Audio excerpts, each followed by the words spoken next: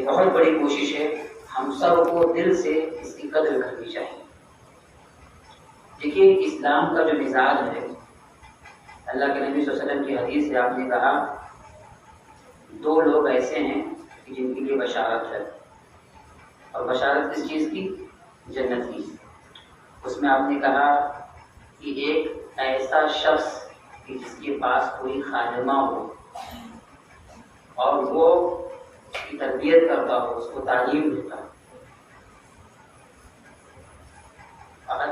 ادبها فاحسن تعلیمها وعلمها فاحسن تعلیمها۔ آپ نے کہا کہ اس کی تربیت اچھی طریقے سے کرتا ہو، اس کو تعلیم دیتا ہو۔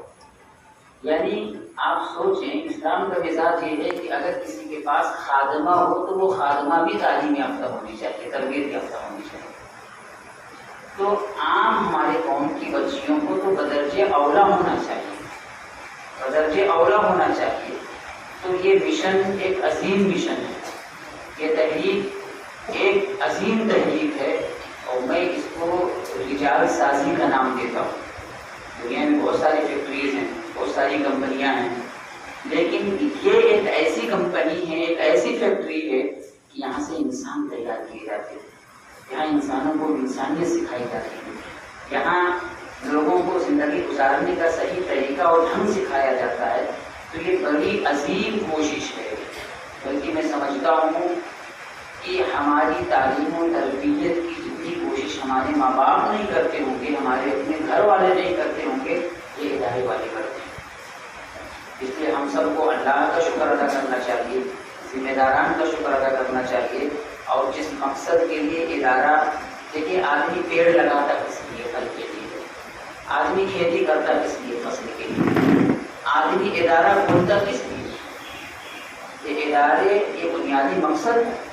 آپ تعلیم حاصل کریں، آپ کسی طرح آپ کی ترقی اداری کریں، اور کبھی بھی آپ احساس کمتری کا شکار نہ ہوں، اس لیے کہ آپ بہت عظیم انسان ہیں، جسے اسلام عظیم کرتا ہو، جسے اللہ کے نبی عظیم کہتے ہوں، اس کی عظمت پر کون نہیں اٹھا سکتا ہے۔ اللہ نے قرآن میں کہا يَرْفَعِ اللَّهُ الَّذِينَ آمَنُوا مِنكُمْ وَالَّذِينَ أُوتُوا الْعِلْمَ دَرَجَاتٍ۔ اللہ تعالیٰ نے اس آیت کریمہ کے اندر اہل ایمان کی تعریف بیان کی، اللہ تعالیٰ ان کے درجات کو بلند کرتا۔ آپ دیکھیں کہ اہل ایمان میں علماء بھی شامل ہیں، دین کا علم حاصل کرنے والے علماء، عالم دین کے جانکار، وہ بھی شامل ہیں، اہل ایمان بھی شامل ہیں، لیکن اس کے باوجود بھی اللہ نے الگ سے ان کا تذکرہ کیا۔ کیوں؟ ان کی عظمت بیان کری، ان کے مقام کو بیان کرے۔ تو جس کے مقام کو، جس کی عظمت کو اسلام اجاگر کرتا ہو، قرآن چیخ چیخ کر پکارتا ہو، اللہ کے نبی کے مطابق احادیث ہوں، ان کے کردار پر کون شک کر سکتا؟ ہاں، لیکن ہم خود احساس کمتری کے شکار ہیں۔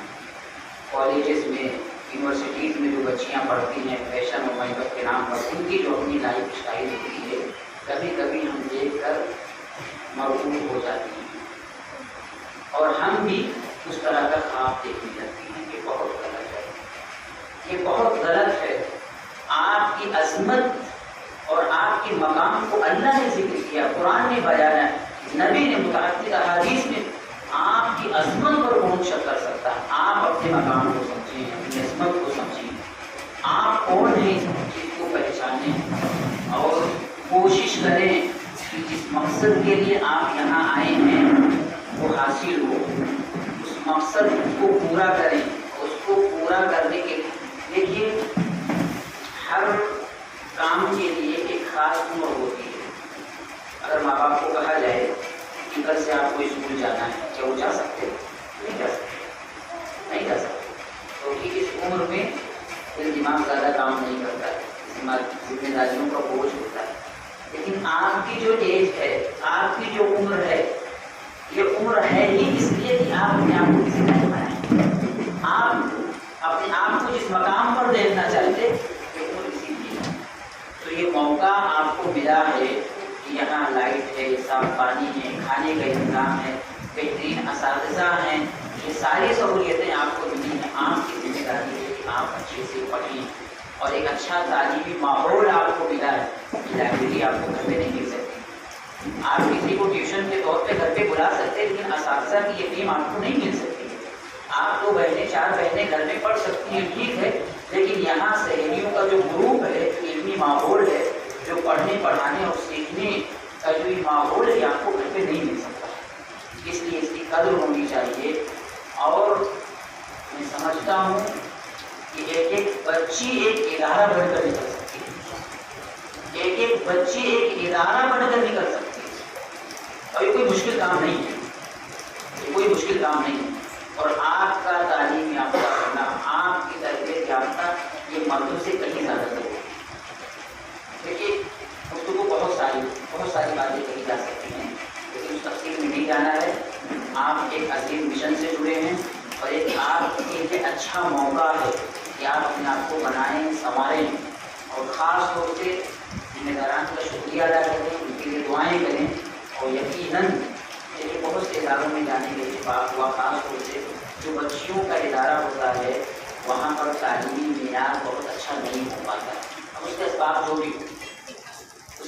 جو بھی ہوں، لیکن تعلیمی معیار بہت اچھا نہیں ہو پاتا ہے۔ الحمدللہ ہم نے یہاں اب تک کے جتنے ادارے میں نے دیکھا، تعلیمی معیار کے لحاظ سے الحمدللہ بہت اچھا ہے، اور ہم دعا کرتے ہیں کہ اللہ اس میں مزید برکت دے، اور ہمارے تمام اساتذہ کو اللہ جزائے خیر دے۔ یہ اصل انجن ہے کسی بھی ادارے کی کامیابی کا، جو اصل راز ہے، جن کے ہاتھ میں ادارے کی کامیابی ہوتی ہے، ہمارے اساتذہ۔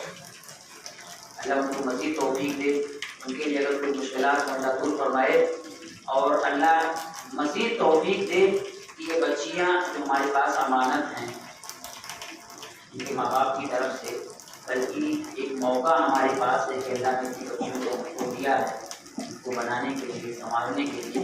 کیونکہ دیکھیے ایک بچی کی تعلیم و تربیت کسی بھی بچی کی نہیں ہے، بلکہ پورے گھر ایک خاندان کی۔ ایک بچی کی تعلیم و تربیت یہ پورے گھر اور خاندان کی تعلیم و تربیت، تو یہ بہت بڑا فائدہ ہے، یہ بہت بڑا فائدہ ہے۔ یقیناً بڑی خوشی ہوئی آ کر یہاں پر آپ سب کو دیکھ کر، اور یہاں کا معیار، یہاں کا انتظام دیکھ کر۔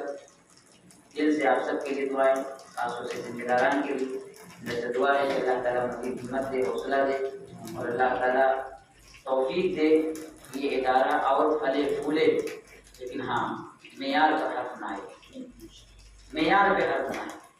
معیار سے کبھی بھی کمپرومائز نہیں، بچیاں کم رہیں چلے گا، ادارہ چھوٹا رہے چلے گا، پر معیار سے کمپرومائز نہیں کرنا چاہیے۔ اللہ تعالیٰ ہم سب کو حسن عمل کی توفیق عطا فرما۔ آمین۔